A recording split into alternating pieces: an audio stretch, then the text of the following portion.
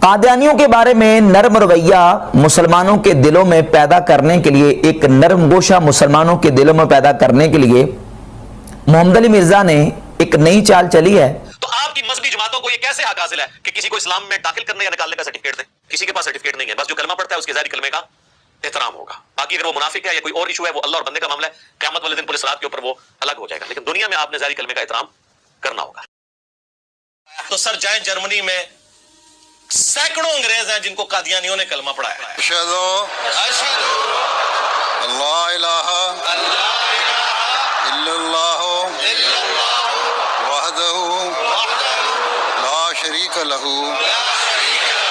واشہد ان محمدا عبدہ ورسولہ۔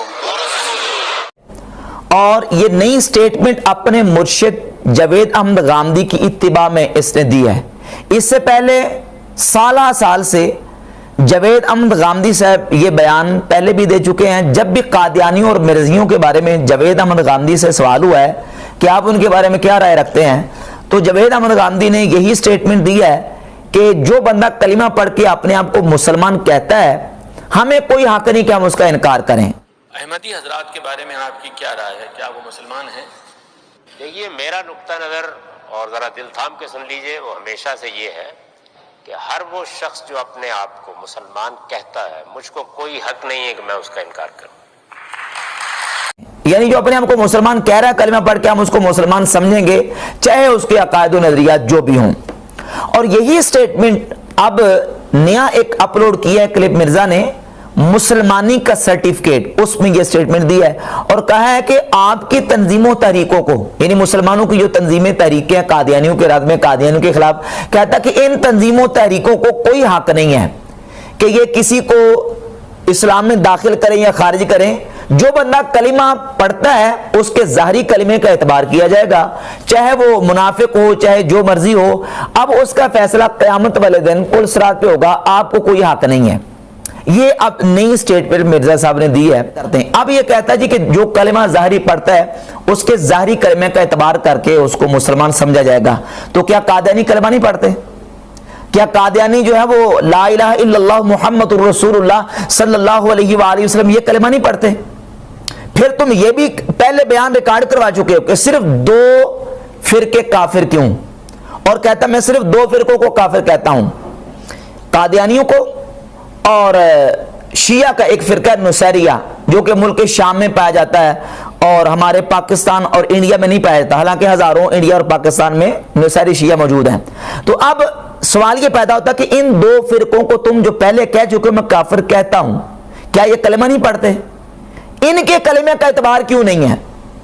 ان کے اپنے آپ کو مومن اور مسلمان کہنے کا اعتبار کیوں نہیں ہے؟ کون سی اتھارٹی ہے تمہارے پاس جس اتھارٹی کی بنیاد پر تم ان کو کہتے ہو کہ میں ان دونوں فرقوں کو کافر کہتا ہوں، جبکہ یہ بات بھی اب کہہ رہے ہو کہ جناب ان تنظیموں تحریکوں کے پاس کوئی اتھارٹی نہیں ہے، ان کے پاس کوئی اختیار نہیں کہ یہ کسی جناب وہ کلمہ پڑھنے والے کو ایمان سے اسلام سے نکالیں یا کسی کو داخل کریں۔ تو اگر ان تنظیموں تحریکوں کے پاس نہیں ہے تو تمہارے پاس کون سی اتھارٹی ہے جس اتھارٹی کی بنیاد پر پہلے تم یہ کہہ چکے ہو کہ 2 فرقے صرف کافر، ان کو کہتا ہوں قادیانیوں کو اور نصیریوں کو؟ تو اس طریقے سے یہ دجل کرتا ہے۔ اور نبی پاک صلی اللہ علیہ وآلہ وسلم کی حدیث صحیح مسلم میں، مقدمہ صحیح مسلم میں 18 نمبر حدیث امام مسلم رحمۃ اللہ لے کے آئے کہ نبی پاک علیہ الصلوۃ والسلام نے ارشاد فرمایا یکون فی آخر الزمان دجالون کذابون، کہ آخر زمانے میں ایسے دجال کذاب لوگ آئیں گے، یاتونکم من الاحادیث، تمہارے سامنے وہ احادیث بیان کریں گے کہ جو تم نے اور تمہارے آباء و اجداد نے نہیں سنی ہوگی۔ لازمی اس سے مراد یہ کہ جھوٹی حدیثیں یا حدیثیں تو ہوں گی لیکن ان کو بگاڑ کے پیش کریں گے جس طرح یہ کر رہا ہے۔ تو نبی پاک علیہ الصلوۃ والسلام نے فرمایا ایاکم و ایاہم، تم ان سے بچ کے رہو، ان سے دور رہو اور ان کو اپنے پاس نہ آنے دو۔ لا یضلونکم ولا یفتنونکم، کہیں یہ تمہیں گمراہ نہ کر دیں، کہیں تمہیں فتنے میں مبتلا نہ کر دیں۔ تو اب قادیانیوں کی حمایت میں اور قادیانیوں کے لیے مسلمانوں کے دلوں میں نرم گوشہ پیدا کرنے کے لیے اس انداز سے یہ کاروائیاں کر رہا ہے۔